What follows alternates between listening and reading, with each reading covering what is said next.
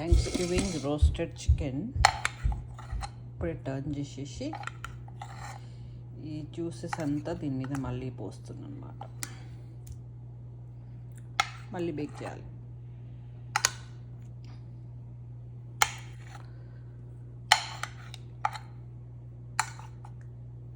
Potatoes, carrots, ఏమైనా vegetables ఉంటే వేసుకోవచ్చు సైడ్కి.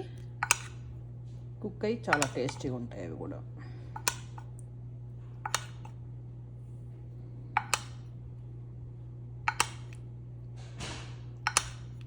జనరల్గా థ్యాంక్స్ గివింగ్కి టర్కీ చేస్తారు ఇక్కడ అమెరికాలో, కాకపోతే మేము చికెన్ చేస్తాం అన్నమాట.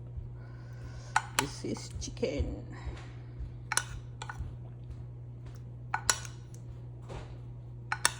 మొత్తం నింపేసి మళ్ళీ పెట్టేస్తా.